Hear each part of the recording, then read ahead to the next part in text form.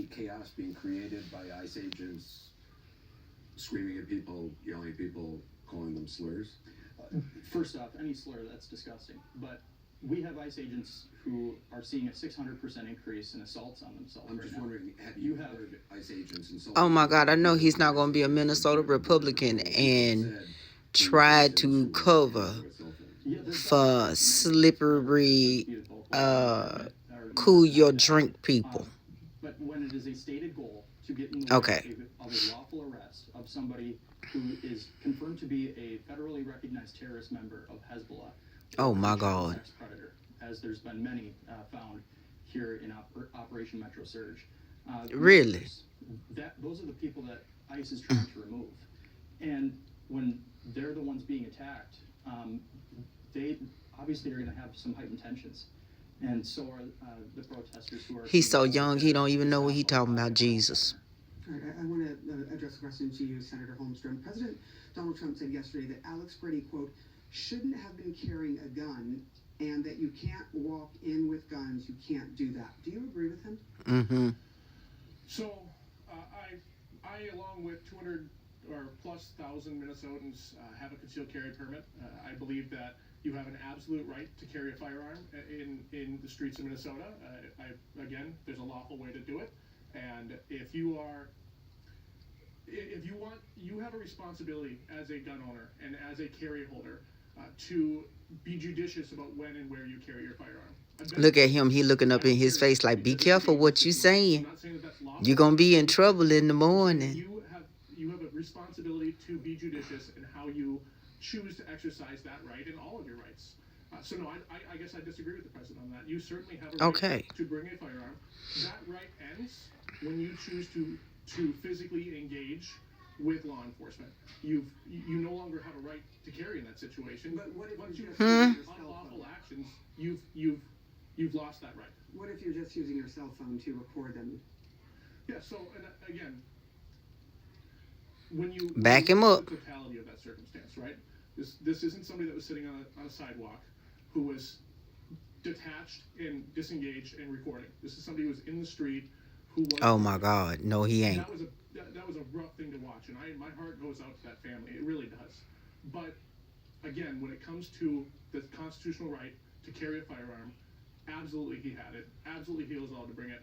I don't think that in that situation I would have made that choice. In fact, I know I wouldn't have. And I certainly wouldn't have engaged in a tussle with law enforcement. Do you think that his killing was justified? Yeah. I think that if he said all that, yeah, he do. Investigation. I don't think that it's up to me. I don't presume to be the arbiter of that decision. We're going to have an investigation, and we're going to find out all the facts involved, and then we'll be able to make that determination. Do you trust the federal government to do it? Because right now they're not cooperating with he gonna say yeah. Governments. Yeah, there's a lot of agencies in the federal government. There's millions of people that work for the federal government. I believe that they can conduct a proper investigation. I don't. To our audience, a question for Representative West. This is Shelda Kondo. She's an educator and a mom from St. Paul. Shelda. Hi.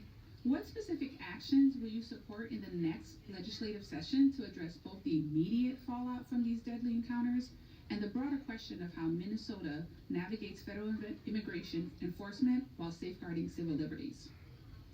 One difficult thing about this whole situation is the federal government and the state government and all the ways they interact. Generally, the federal government gets to run over the state in almost every circumstance. Not just within like this sort of thing we're talking about today, but almost every single law. Every time it contradicts, the federal government has preeminence. So we're really limited in what we can do. I do not have anything specific, I'm sorry, but I'm happy to have any discussion, and that's the fun part of being in the legislature, is you get to cover every topic imaginable. Some of them are not fun, but it is always open for discussion, because that's what we should be doing as leaders in the legislature. Let me ask you, Representative West, you've dismissed the idea of deporting every undocumented immigrant in Minnesota. The administration, they have not put a number on how many people they want to deport. They don't care whether or not they're citizens, have legal paperwork to be here, born here, birthright citizenship. They don't care. They just want everybody who don't look like them to be gone. Come out with a number. I mean, when is enough? They don't fucking Well, care. I literally have no power over it, so my opinion honestly doesn't matter that much, but I'll give it to you since you asked. Is the actually deporting every single illegal immigrant is fundamentally an impossible thing, and especially since Congress has dragged their feet on immigration reform. I mean, you've been covering it in your many years here. Yeah, they've let this whole system become a total disaster. Securing the border was always the first step in that. Now we have to look at, well, what do we do with everybody we have now? And especially given the demographic structure, it would be economic suicide to deport every single illegal immigrant in the country. Yeah, they got a plan for that though. It won't be suicide in a little while. Keeping them in our prisons or keeping them in our jails, just because the state wants to exert, like, we don't want to cooperate Fed, we can free up space in our prisons and move in start dealing with the number of illegal immigrants we have, and then we need the Congress, not us, needs to find a way to get us beyond that. Now that's a complicated question, but we certainly need to be deporting illegal immigrants who have committed crimes, 100%. And to me, that's the obvious solution. But Kristi Noem said she had arrested violent criminals.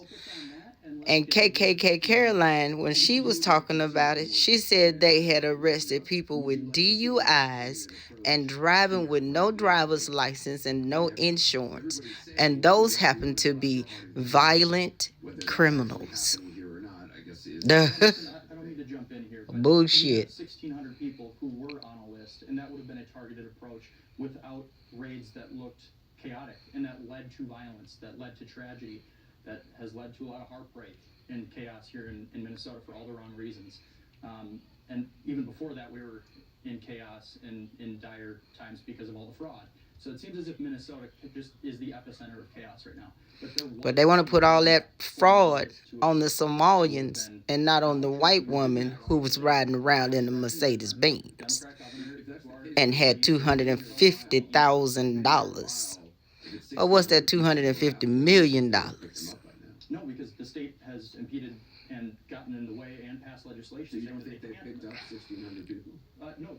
Nope. 1,600 people that were picked up because Tim Walz did not hand over that detainer list. So now anybody that you interact with as an ICE agent with orders to detain and remove people that the administration wants to, they're going to have that. Yeah, So there were more because of what Governor Walz did. The administration, though, said that they were initially going after the worst of the worst, quote unquote. That was their goal. And the worst was held back. now people are being picked up who are legally here, detained for days, and then let go. And there have been American citizens picked up. Do you think that's what they should be doing? I think that would not have happened had Governor Walz and other leaders here in the state not made it their stated goal to impede everything that the federal administration does. Do you think the administration... That's not what they did, and he knows better. Because I know you were putting the blame on the governor, but... So a heightened tension or a heightened escalation from the state, where they say they're going to get in the way, that they're going to fight it at every turn, that's been met with equal force from the federal government. Now, do I like it when I hear that Americans have been apprehended based off of skin color, as some have said? No, of course I don't. That's disgusting. We shouldn't be doing that. But when... Well, it's just not your fault. The judges made that legal as well, as high as the Supreme Court. I thought that was racial profiling. Literally killing Minnesotans. A woman in Shakopee, America Thayer, was beheaded by an illegal immigrant with a machete. That, right now, is not allowed to be known. If that person were still on our streets, living in our communities, we would not know that because the federal government doesn't have a detainer list. We could end all of this right now if leaders want to get to solutions and not chaos. All right, I want to get to a question from our audience to Senator Holmstrom. This is Annabella Vulu. She is getting a PhD in public affairs at the University of Minnesota. Thank you so much for being here. What's your question? Hi, thank you for being here. My question is that many residents report fear of engaging with police or emergency services due to ICE activity. What policies could the legislature pursue to ensure immigrant communities can seek help without fear while maintaining public safety? I think that's a great question. So one thing that I want to pursue, and we see in other states, is 287G agreements. And that's agreements that allow local law enforcement